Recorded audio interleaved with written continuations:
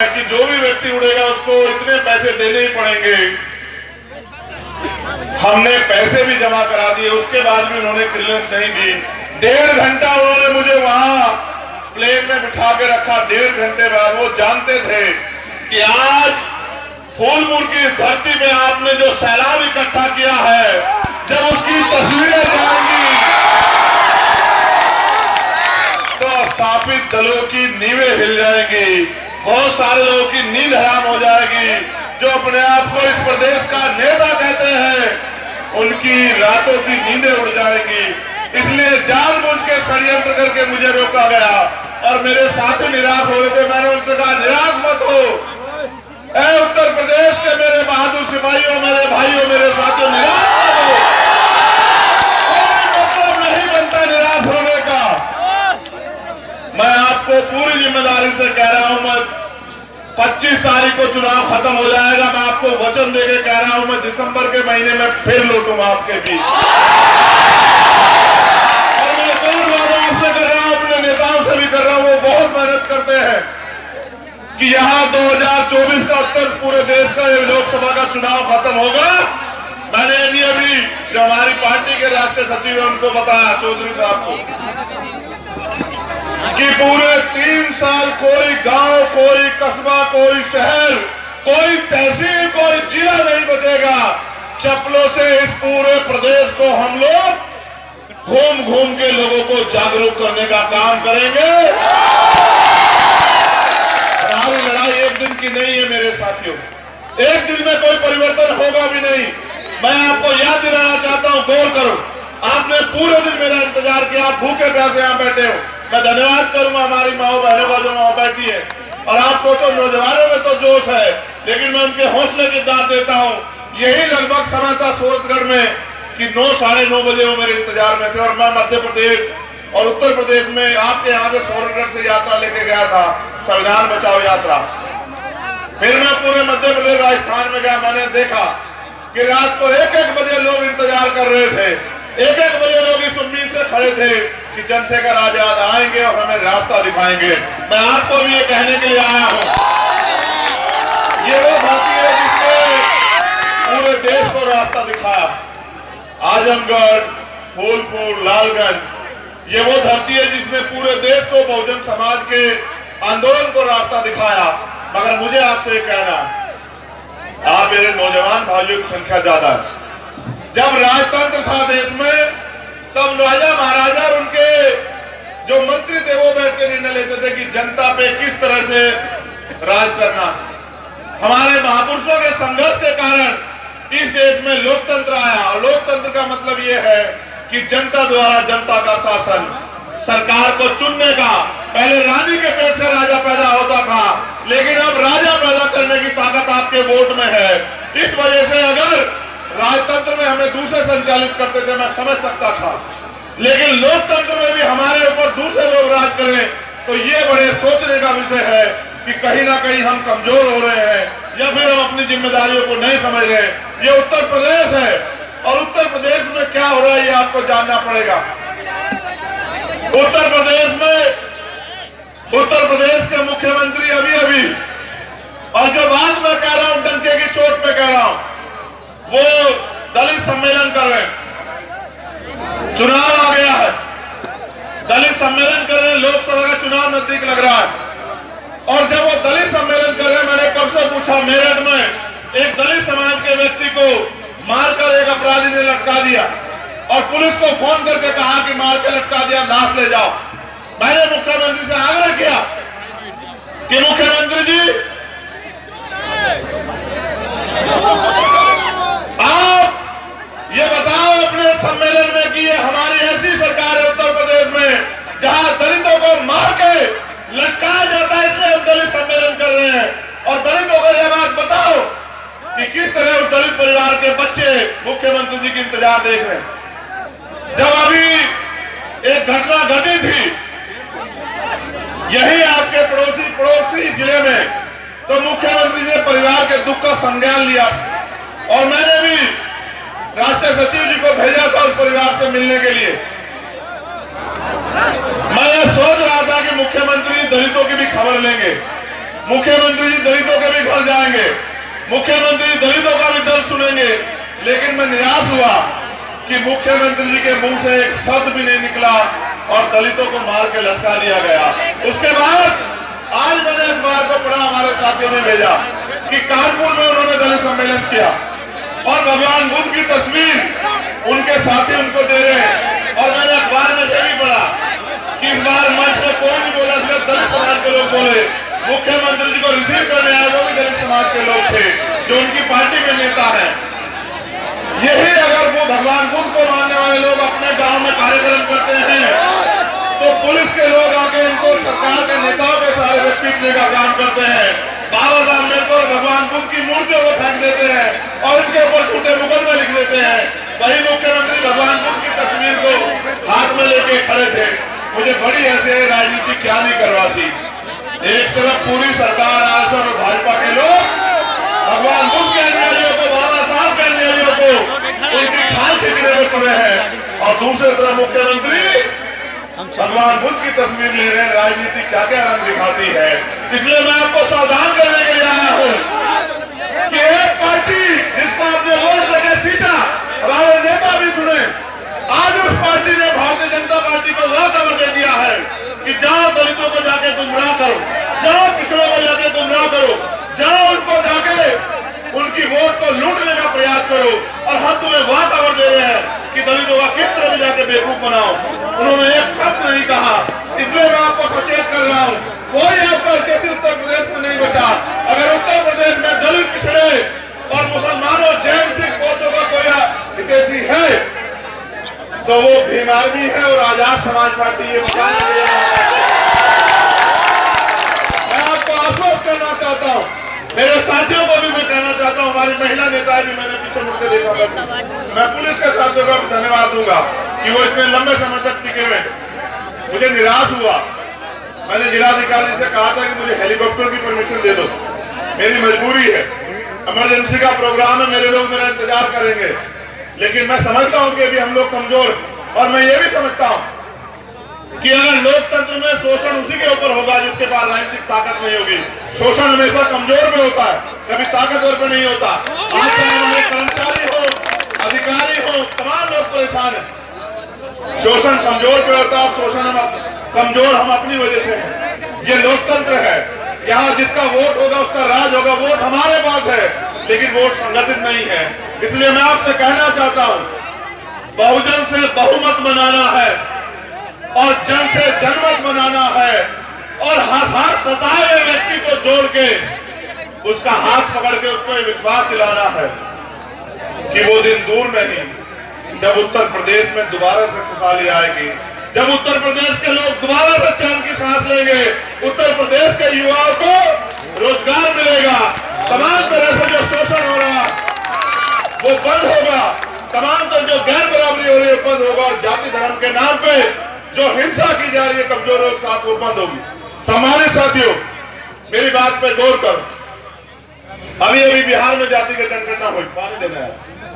जब बिहार में जातिगत जनगणना हुई तो जातिगत जनगणना के बाद आंकड़े जारी हुए। आपने देखे जनगणना के आंकड़े कहते हैं कि बिहार में 90% आबादी SC, ST और OBC माइनॉरिटी के लोग हैं। देखे नहीं देखे बताओ मेरे लोगों। मैंने एक सवाल पूछा कि जब 90% आबादी दलित, पिछड़े, आदिवासी और मुसलमानों की है, जैन, सिख, बौद्धों की है, तो जब इस देश में गौर करना किस तरह तुम्हें तुम्हारा अपना नेता बता के उन्होंने लूटने का काम किया। जब इस देश में आर्थिक आधार पर आरक्षण आया 10%, तो वही नेता जो आपकी वोट लेके ताकतवर बने उन्होंने क्या कहा कि हम तो चाहते थे कि 20% आरक्षण मिलना चाहिए। जिनकी आबादी 10% है उनको 10% आरक्षण मिला, जो उनका बच्चा पैदा नहीं हुआ उसके रोजगार की व्यवस्था हो गई। और ये हमारे दलित, पिछड़े, आदिवासी, मुसलमान सड़क की खान छान रहे। वो नेता अपने नेता कैसे हो सकते हैं जब बाबा साहब अम्बेडकर के संविधान का विरोध कर रहे हैं। आरक्षण, शैक्षिक पिछड़ापन और जो प्रतिनिधित्व है, जो बराबरी का अधिकार जो है उसके आधार पे है, जो सामाजिक पिछड़ापन और शैक्षिक पिछड़ापन जो इसका आधार है, और जो प्रतिकूल प्रतिनिधित्व नहीं है। लेकिन यहाँ आर्थिक आधार पर आरक्षण दिया गया और हमारे नेता तमाशा देखते रहे। अभी कहा गया कि वुमेन रिजर्वेशन बिल आया, छोटा छोटा विरोध करके नेताओं ने कहा कि देखो हम समर्थन कर रहे हैं, लेकिन इसमें पिछड़े और दलित वर्ग की महिलाएं होती तो अच्छा रहता। मैं ये कहना चाहता हूं, आप सदन में इन लोगों की वोट लेके ये कहने के लिए गए हो कि हम विरोध करते, हम इसमें चाहते थे। अगर आप वास्तविकता में समाज के सच्चे नेता होते तो आप अड़ जाते। जैसे एक मेरे चित्र याद है, एक समय था कि मुलायम सिंह यादव, लालू यादव वहां थे मौजूद, लोकसभा में शरद यादव मौजूद थे, रामविलास पासवान मौजूद थे, और उन्होंने कह दिया अगर ह्यूमन रिजर्वेशन बिना दलित, पिछड़ी, आदिवासी और मुस्लिम समाज की महिलाओं के बिना आएगा तो ये हमारी लाश के ऊपर से आएगा। मैं धन्यवाद देता हूं उन नेताओं को जिन्होंने उस समय लड़ाई लड़ी। आपके नेताओं को मैं धन्यवाद नहीं दूंगा। आपने तो धोखा किया, आपने एक तरफ छोटा सा विरोध किया, फिर पार्लियामेंट में उनको वोट दिया। मैं अपने लोगों से कहना चाहता हूं, कांग्रेस के बड़े बड़े नेता कह रहे हैं कि जिसकी जितनी आबादी उतना हक मिलेगा कैसे। ये बात तो माननीय काशीराम साहब 35 साल पहले कह रहे थे, जिसकी जितनी संख्या बारी उसकी उतनी हिस्सेदारी। आपने कहा कि सचिवालय में दलित पिछड़े नहीं है, आपने कहा कोर्ट में, सुप्रीम कोर्ट, हाई कोर्ट में दलित पिछड़े नहीं है। बिल्कुल नहीं, ये सच बात है। लेकिन मैं पूछना चाहता हूं, आपने कितने बिठाए कुर्सियों, आपने कितने लोगों को बनाया, आपने कितने लोगों को अवसर दिया, और जो आज आप बात कर रहे हैं उसको माननीय काशीराम साहब 35 साल पहले कह रहे थे। तब आपको क्यों नहीं समझ आया कि भाई इन वर्गों को भी लोकतंत्र में अवसर मिलना चाहिए। मैं आपको गौर करने के लिए ले जाता हूं पीछे। 14 अगस्त 1947 को अंग्रेजों के गुलाम था भारत, 15 अगस्त 1947 को आजादी मिली, लेकिन 14 तारीख को जिसकी जेब में जो पैसा था, 15 तारीख को उसकी जेब में वही पैसा था। 14 तारीख को जिसके पास जो जमीन थी, चाहे वो 1 गज थी या 1 बीघे थी, 15 तारीख को भी वही जमीन थी, 16 तारीख को भी वही जमीन थी, 17 तारीख को भी वही जमीन थी। मेरी बात का कहने का मतलब ये है कि डॉक्टर बाबा साहब अम्बेडकर ने संविधान सभा में चेतावनी के तौर पर कहा कि अब हम 26 जनवरी को विरोधाभास की जिंदगी में कदम रख रहे हैं। इससे राजनीति में 1 वोट 1 वैल्यू, राजनीति में बराबरी आने का प्रयास होगा। लेकिन क्योंकि भारत में सामाजिक पिछड़ापन है, सामाजिक गैर बराबरी है, आर्थिक गैर बराबरी है, हम लोग उसमें कोई ऐसा जो है तैयारी नहीं कर रहे कि दूर हो जाए, तो अंत राजनीतिक लोकतंत्र तो आएगा, लेकिन ये राजनीतिक लोकतंत्र सामाजिक लोकतंत्र में नहीं बदल पाएगा, और आने वाले समय में ये लोकतंत्र खतरा साबित हो जाएगा। लोगों को जो इसका मूल फायदा मिलना है वो नहीं मिलेगा। आज ये हो रहा, जब आपको वोट का अधिकार मिला तो जैसे वोट के अधिकार के लिए बाबा साहब अम्बेडकर लड़ रहे थे, डॉक्टर फरीदी और उनके तमाम साथी और उस समय के जो नेता थे वो प्रयास करते समय समय पे कि ये लड़ाई आगे बढ़े, उस तरह से विरोधी भी प्रयास कर रहा था। उन्होंने कहा वोट इनके पास है, नोट हमारे पास है, हम इनकी वोट को नोट से खरीद लेंगे। ये लंबे समय चला, अगर इसको कोई तोड़ पाया तो माननीय काशीराम साहब तोड़ पाए, जब उन्होंने गली गली जाके लोगों को कहना शुरू किया कि वोट की रक्षा बहन बेटी की रक्षा की तरह करनी, और समाज ने अंगड़ाई ली, समाज खड़ा हुआ, तैयार हुआ। फिर ऐसा हुआ कि गरीबों को, बेटों को नकार कर अमीर लोगों को फिर से जो है कुर्सी देनी शुरू कर दी। और मैं इशारे के तौर पे कह रहा हूं, आप समझदार लोग हैं, जो बात मैंने भी आपसे कही मैं उसको जोड़ के कह रहा हूं कि 2006 से पहले माननीय काशीराम साहब ने जो नारे दिए, आप गौर करना, बहुजन समाज के सिपाही हो, ये हमारे जो सम्मानित नेता जो नेतृत्व करते हैं, जो नारे माननीय काशीराम साहब ने दिए, जिसकी इतनी संख्या बारी उसकी इतनी हिस्सेदारी, आज उस नारे को कांग्रेस पार्टी के बड़े बड़े नेता अपने शब्दों में कह रहे हैं। लेकिन जिनको काशीराम साहब विरासत दे गए, उन्होंने 2 महीने में बदल के रख दिया। उन्होंने बहुजन से सर्वजन कर दिया, उन्होंने हाथी से गणेश कर दिया, ब्रह्मा विष्णु महेश कर दिया। उन्होंने अपने स्वार्थ में इस महापुरुषों के इस आंदोलन को कमजोर करने का काम किया। आज ये सोचो, देश की वो पार्टी जिसने 50 साल राज किया हो, आज वो माननीय काशीराम साहब के नारों को दूसरे शब्दों में कह रही है। अगर हमारे लोगों ने विश्वासघात ना किया होता तो आज ये दलित, पिछड़ा, मुसलमान, आदिवासी इकट्ठा होकर इस देश की सर्वोच्च कुर्सी पे राज कर रहा होता, और कोई इनकी तरफ आंख उठा के नहीं देखता। आप आंकड़े उठा के देखो, एनसीआर के हर प्रदेश में, वो स्पेशली उत्तर प्रदेश में बुलडोजर जाति धर्म देख के चलता है। रोज अखबार पढ़ो, कहीं जिले में कि रेप, हत्या, जला दिया, मार दिया। अभी अभी 2 घटनाएं मुझे हमारे साथी, हमारे नेतागणों ने बताई कि रोना पार में रीता मौर्य और उन इंद्रपाल मौर्य और शकुंतला मौर्य, अहिरोला जो थाना पड़ता है, उन दोनों की हत्या की गई। गौर करना, उनके बच्चे आंदोलन धरने में बैठ गए। हमारे deputy chief minister Keshav Prasad Maurya ji उनके घर आए और उनसे वादा किया कि 25 लाख रुपए की मदद करेंगे, और पुलिस ने भी वादा किया कि हम 1 हफ्ते में खोल देंगे घटना। बच्चों को कहा धरने से उठा। आज तक उस घटना में कोई कार्रवाई नहीं। ये पुलिस व्यवस्था जो है उत्तर प्रदेश में चल रही। और मुख्यमंत्री जी, उप मुख्यमंत्री दोबारा नहीं पूछा मौर्य परिवार से कि कहां, किस हालात में रोटी मिल रही नहीं मिल रही है, कपड़े हैं या नहीं है, खाने को सर पर ढकने के लिए छत है या नहीं है। फिर ऐसे नेताओं का सत्ता में आने का भी फायदा क्या है पिछड़ों को। मैं बात आपको इसलिए कह रहा हूं कि रोना पार में रीता मौर्य को जो है पीट पीट के मार दिया, उनके पति बचाने गए, उनको पीटा गया, वो हॉस्पिटल में है। और न्याय के नाम पे, जो न्याय जन्मसिद्ध अधिकार है, भारतीय संविधान देता है, न्याय के नाम पे उस परिवार का मजाक उड़ाया जा रहा है।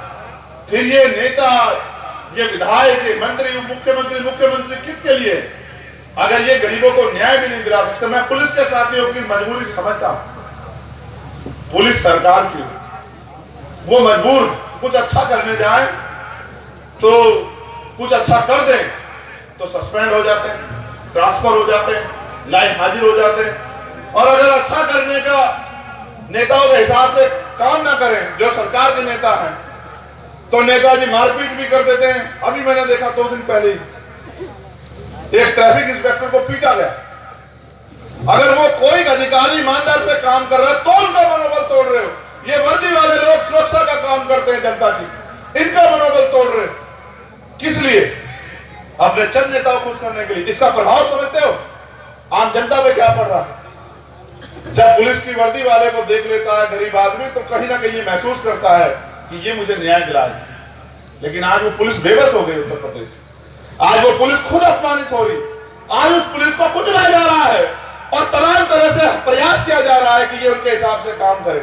मैं पुलिस के साथियों को उनकी मजबूरी समझते हुए कहूंगा कि कोई भी, क्योंकि आपको संविधान की वजह से, आपकी मेहनत की वजह से नौकरी मिली है, कोशिश करना किसी नेता के इशारे पे ऐसा कोई काम मत करना कि गरीबों की हाय, गरीबों की बददुआएं आपको लग जाए। आज हालात उत्तर प्रदेश में खराब,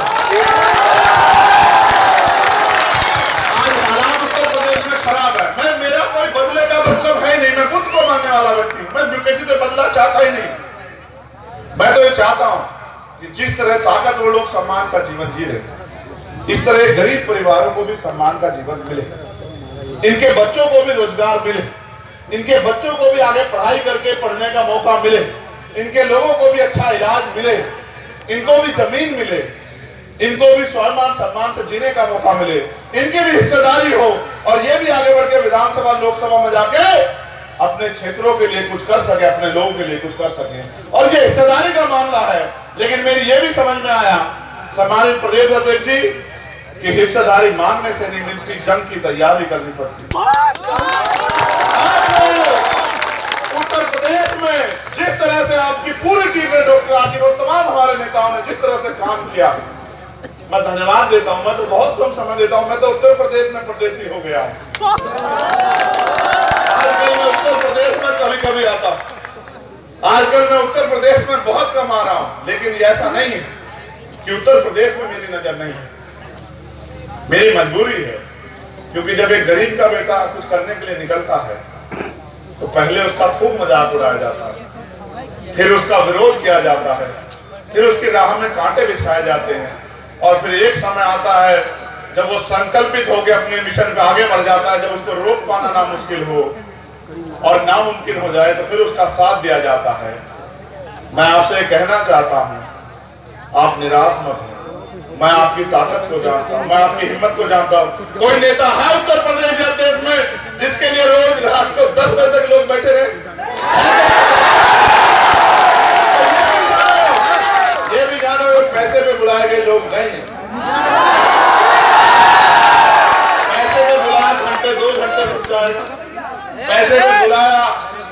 साधन सुविधाओं पे बुलाया, 3-4 घंटे रुक जाएगा। ये तो मेरे वो बहादुर भाई हैं, ये तो मेरी वो बहादुर बहनें माए हैं जो अपने बेटे से प्यार करती है और उम्मीद करती है कि बहुत लोगों ने ठगा, अब हमें इंसाफ मिलेगा, अब हमारे जीवन में खुशहाली। मैं वादा करके कहता हूँ, मुझे बहुत बात आपसे करनी है, आप विश्वास करो, लेकिन अब मैंने तय किया है, और ये तय मैंने उस दिन किया जिस दिन मुझे गोली लगी। जिस दिन मुझे गोली लगी आपको कैसा महसूस हुआ बताओ? ये तो मैंने अभी देखा। जैसे मैंने कहा कि तुम्हारे बीच से कोई विरोधी मुझे गोली मार सकता है, मैंने देखा किस तरह से तुम्हारे अंदर बेचैनी हुई और तुम खुद भी सैट गए। और उसके बाद मुझे एहसास हुआ कि ये प्यार पैसे से नहीं मिलता है, ये प्यार संघर्ष में मिलता है। मैं यहाँ भले ही बोल रहा हूँ, कि धरती पे, लेकिन दुनिया में हमसे प्यार करने वाले हमारे साथी, क्योंकि आज सोशल मीडिया का युग है। मैं यहाँ हूँ, वो लाइव के माध्यम से दुनिया से मुझे सुन रहे होंगे। अभी सिंगापुर पे हमारे एक साथी मुझसे आते हुए बात कर रहे थे, उनका नाम है शोएब, वो मुझसे कह रहे थे कि भाई हम जैसे भी हैं हम आपके साथ। तो मैंने उनसे कहा कि आपने देखा कि चाहे वो भारत में जुल्म हो या भारत से बाहर कहीं भी हो, जब भी किसी कमजोर को सताया जाएगा, मैं आपको जानकारी के तौर पर बता रहा हूं कि जब इजराइल ने फिलिस्तीन के साथ अन्याय किया तो विदेश पॉलिसी को बेवकूफ बनाते हुए हमारे देश के नेता इजराइल का समर्थन करने लगे।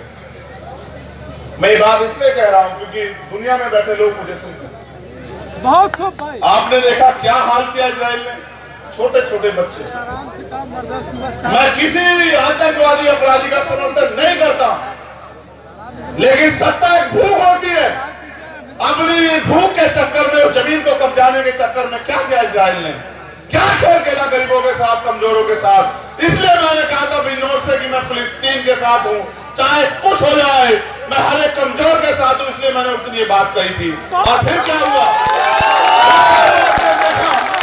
फिर आपने देखा क्या हुआ कि देश के प्रधानमंत्री ने फिलिस्तीन के लिए मदद भेजी। हमारे भारतीय जनता पार्टी के समर्थक समझ ही नहीं पाए कि जो 2 दिन पहले इजराइल का समर्थन कर रहे थे, वो फिलिस्तीन को मदद भेज रहे हैं, फिलिस्तीन के खिलाफ खड़े हुए, इजराइल के खिलाफ खड़े। इसका कारण यह है कि इनके पास कोई पॉलिसी नहीं है, ये सारी विदेशी पॉलिसी खराब कर रहे हैं। मैंने तो प्राइम मिनिस्टर से कहा कि माननीय प्रधानमंत्री जी, मैं आपकी ताकत को समझता हूं, आप भारत के प्राइम मिनिस्टर हैं, चलिए ना चाइना बॉर्डर की तरफ। चंद्रशेखर आजाद आपके पीछे खड़ा है, चलिए हम चाइना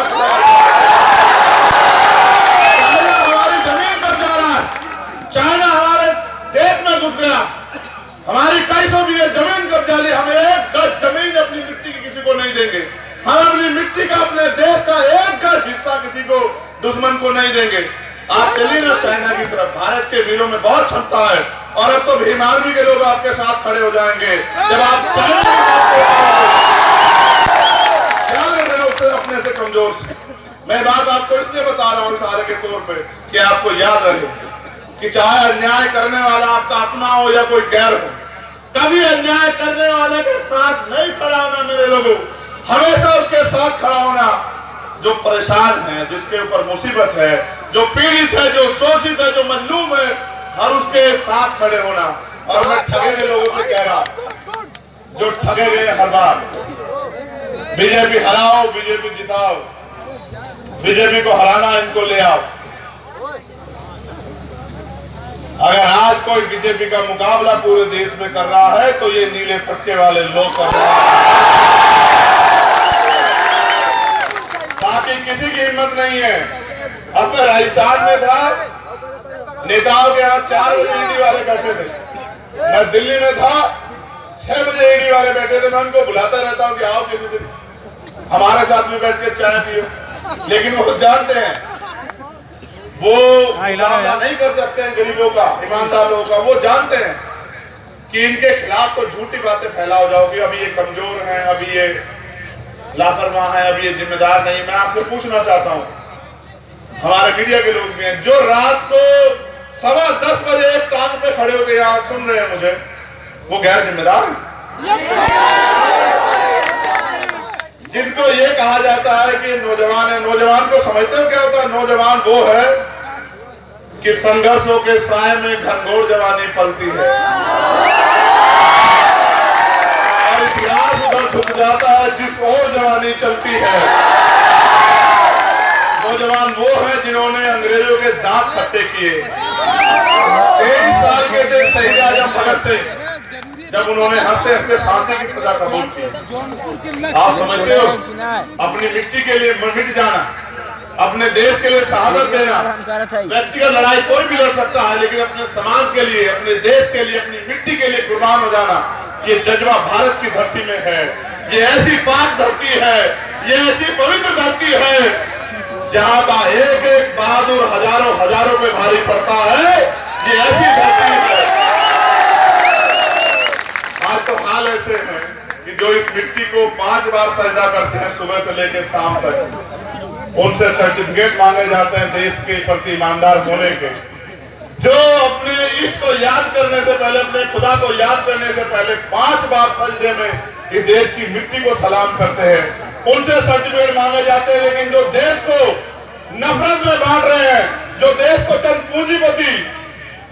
पूंजीपतियों को सौंप रहे हैं, उनसे कोई सवाल नहीं करता। जो पूंजीपति मित्रों के हजारों हजारों करोड़ रुपए माफ करते हैं, जो गरीबों पे 10,000 रुपए उनकी खाल खींचने का काम करते हैं, उनसे कोई सवाल नहीं करता।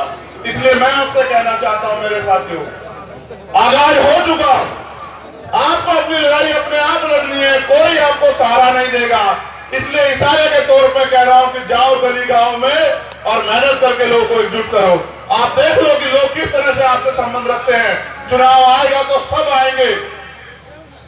मेरी जगह होता कोई नेता तो कहता यार उनसे कह दो मैं आ नहीं पा रहा हूं, लेकिन मेरा दिल नहीं माना। मैंने कहा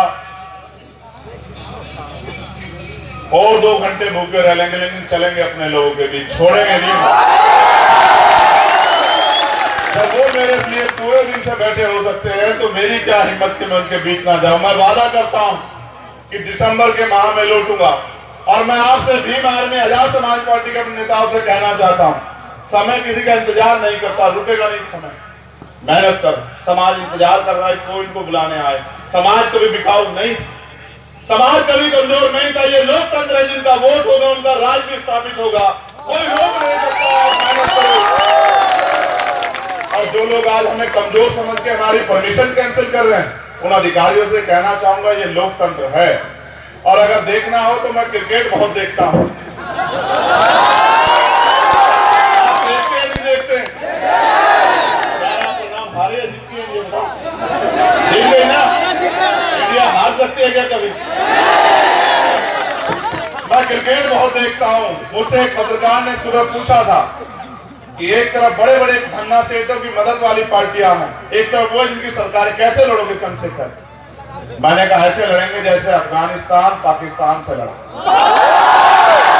जैसे अफगानिस्तान इंग्लैंड से लड़ा, जैसे नीदरलैंड न्यूजीलैंड से लड़ा, और ऐसे लड़ेंगे जैसे भारतीय टीम विरोधियों से लड़ रही है। और छोड़ेंगे नहीं जब तक सत्ता का ये घमंड तोड़ेंगे नहीं, जब तक गरीबों के आंसू पूछेंगे नहीं, जब तक गरीबों को कुर्सियों पर बिठाएंगे नहीं, जब तक गरीबों के घरों में उजाला करेंगे नहीं, तब तक हम भी ऐसे मतवाले हैं कि रुकेंगे नहीं। बहुत बहुत धन्यवाद। कुछ साथी जो हमारी पार्टी ज्वाइन कर रहे हैं, चल के भी आए।